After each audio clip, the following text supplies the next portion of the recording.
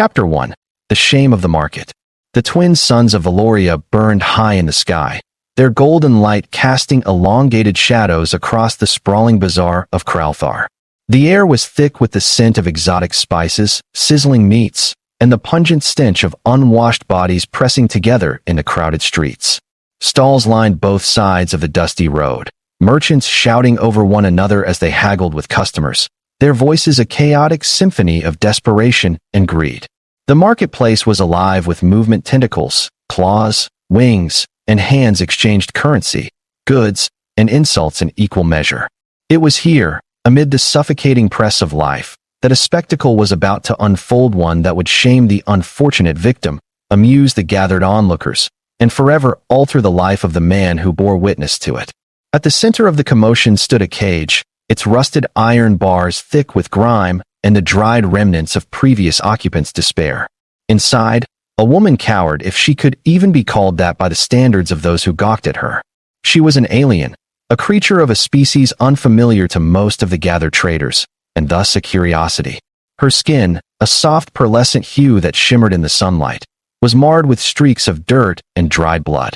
Her long, silver-blue hair, matted and tangled, draped over her face, concealing eyes that held the weary resignation of the truly broken. She was clothed in rags, the fabric so thin and tattered that it barely concealed her slender frame, and yet even in such a state, her beauty was undeniable.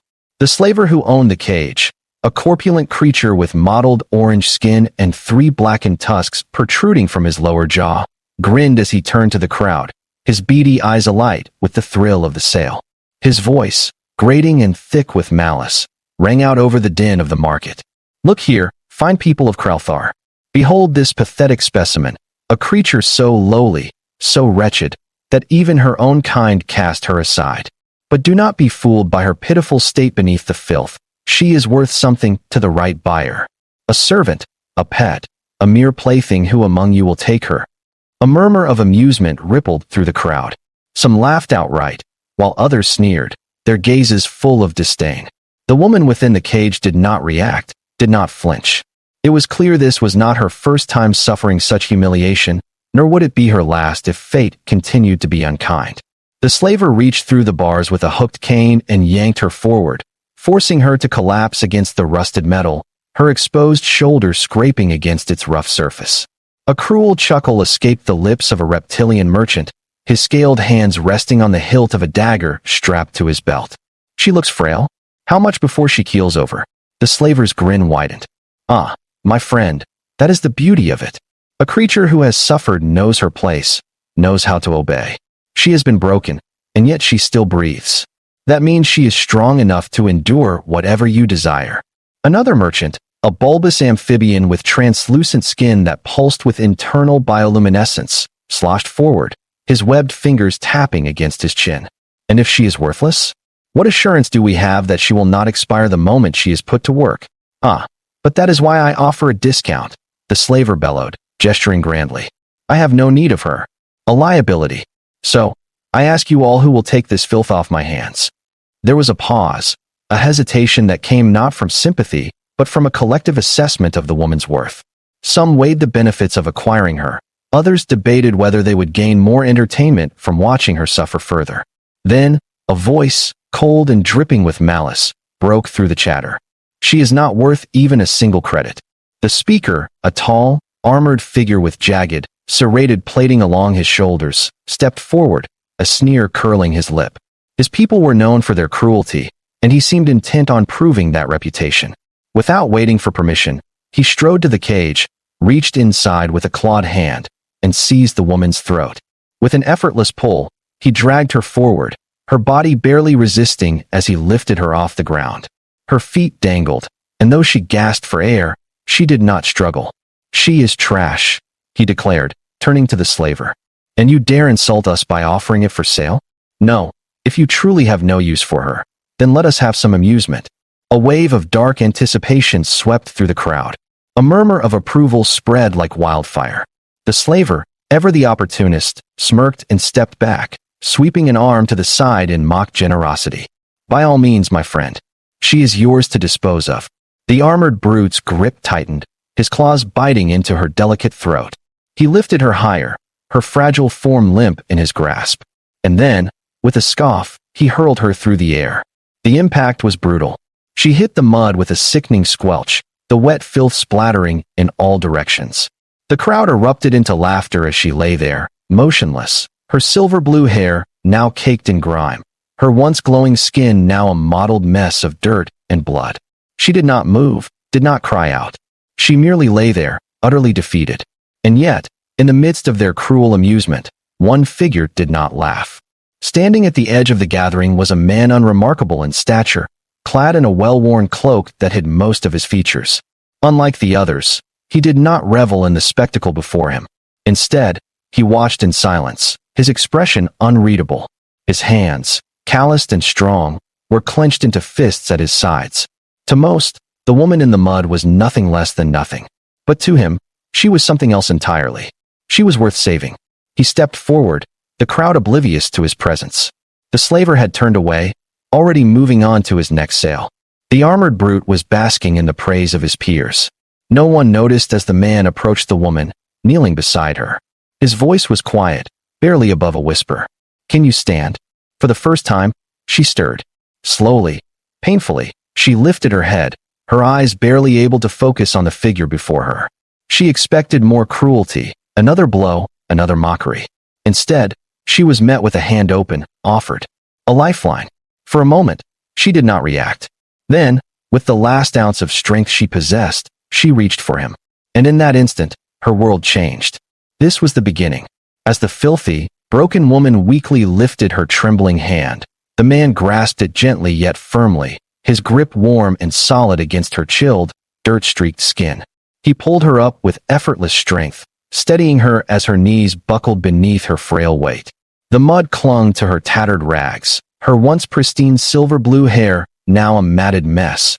And yet, for the first time in what felt like an eternity, she felt something other than cruelty.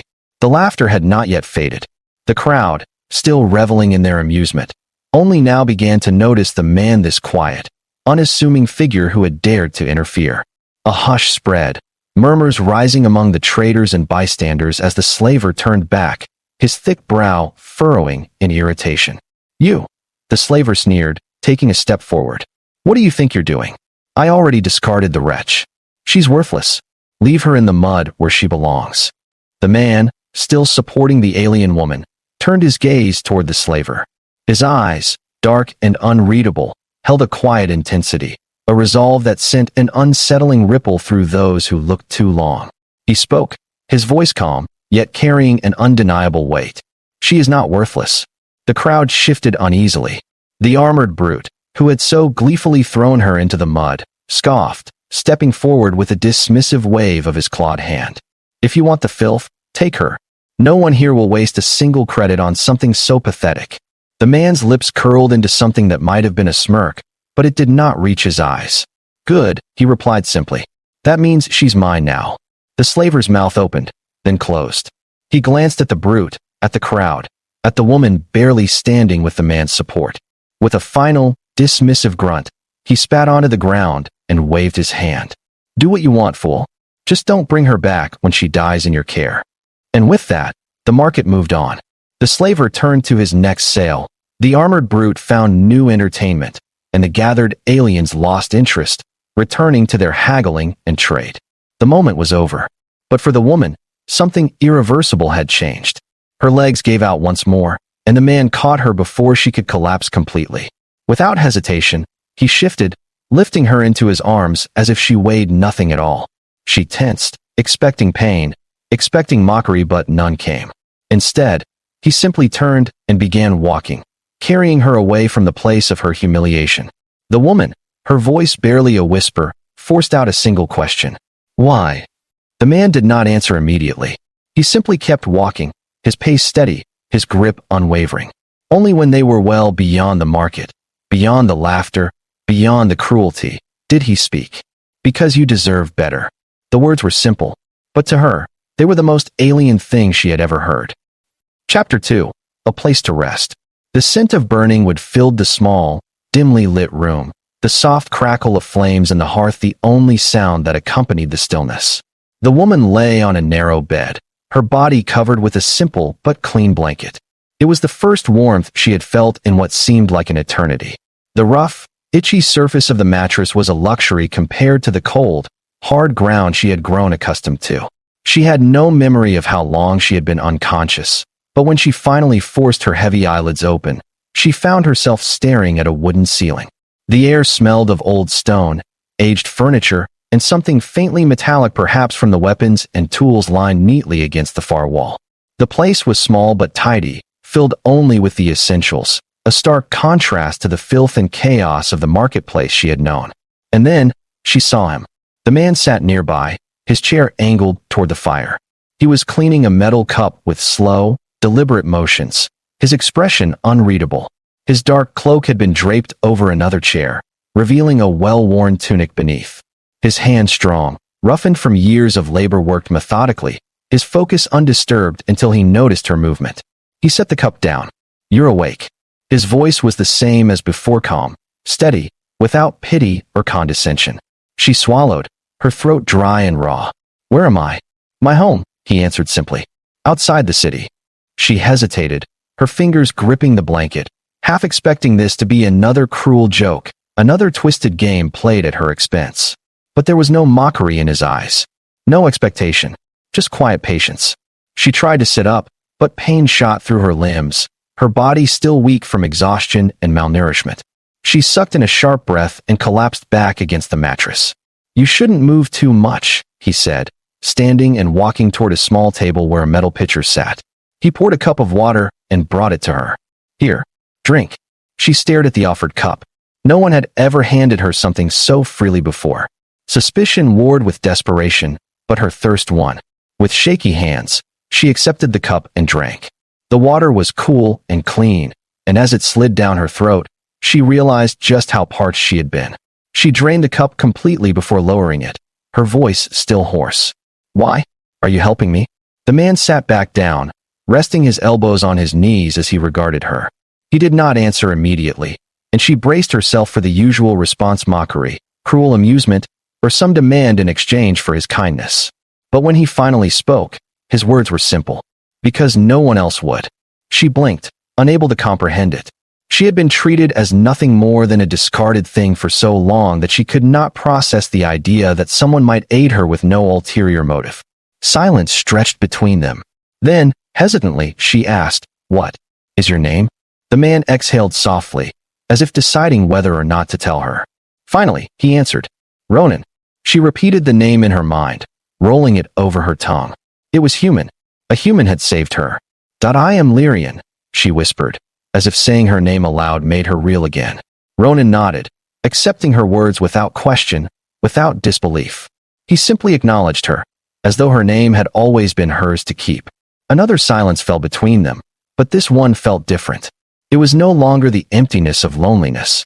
It was something else, something new, something she was terrified to believe in. Hope. Lyrian shifted slightly beneath the blanket, feeling the warmth of the fire seep into her frozen bones. For the first time in what felt like forever, she wasn't shivering, wasn't trapped in the cold embrace of filth and despair.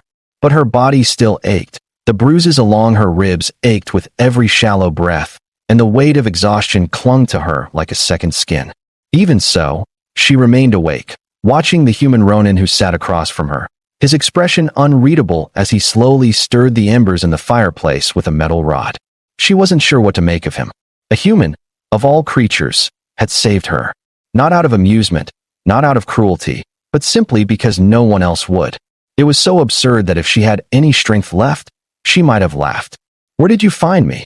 she finally asked, her voice still hoarse. Ronan didn't look away from the fire. "The market." Lyrian swallowed, her fingers tightening around the blanket as the memories of that place flashed in her mind: the taunting laughter, the mud, the bruising grip of the slaver, the jeers from the crowd as she was thrown to the ground like garbage. The weight of humiliation sat heavy in her chest. She lowered her gaze, staring at her hands, thin, trembling things, covered in faded scars and grime. Even after being cleaned, she still felt the filth clinging to her skin, an invisible stain that no amount of water could erase. "Why did you step in?" she asked, quieter this time. This time, Ronan turned his head slightly, his gaze meeting hers. In the firelight, his eyes were darker than before, intense but not unkind. Because it was wrong. Lyrian exhaled sharply, a bitter sound somewhere between a scoff and a laugh. Wrong, she echoed. And yet no one else seemed to care. No, he admitted. They didn't.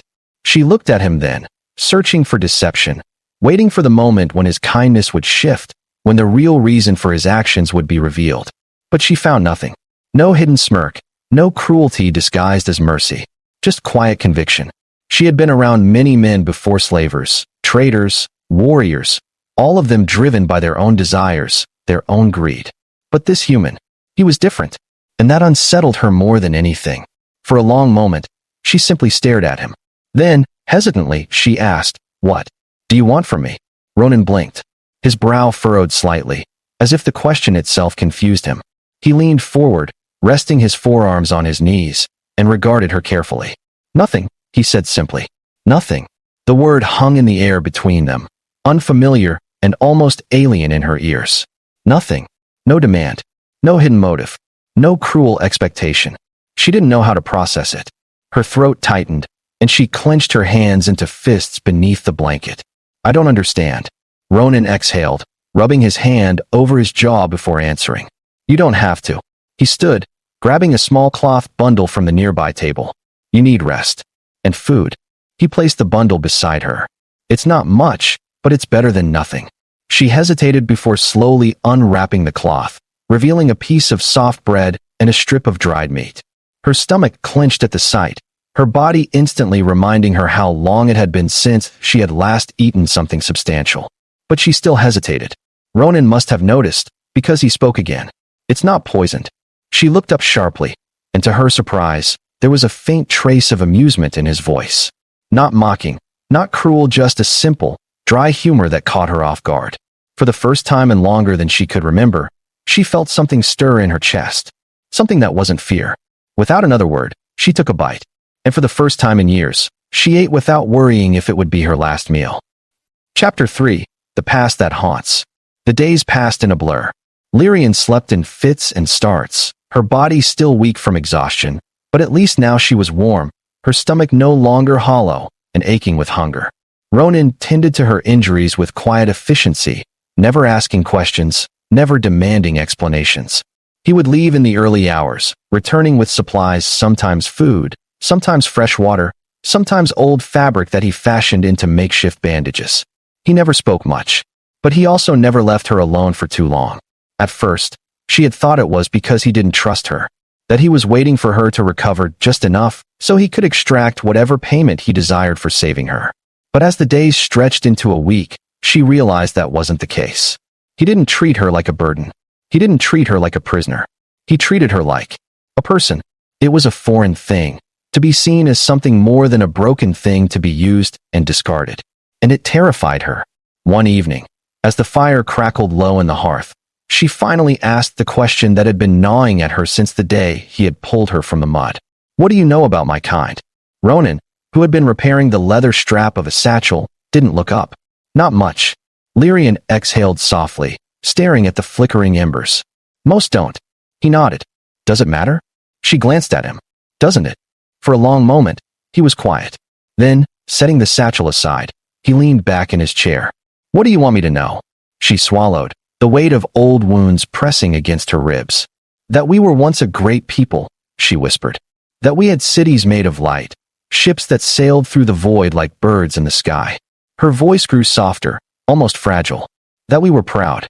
Ronan didn't interrupt, didn't dismiss her words as the ramblings of a fallen thing. The fire crackled softly, casting flickering golden light across the modest cabin.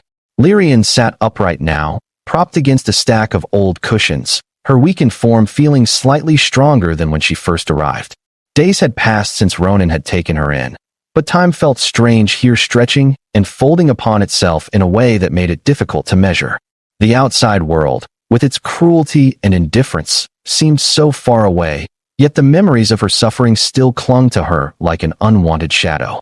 She watched Ronan from across the room as he worked on an old rifle, methodically cleaning each piece with the patience of someone who had done it thousands of times before.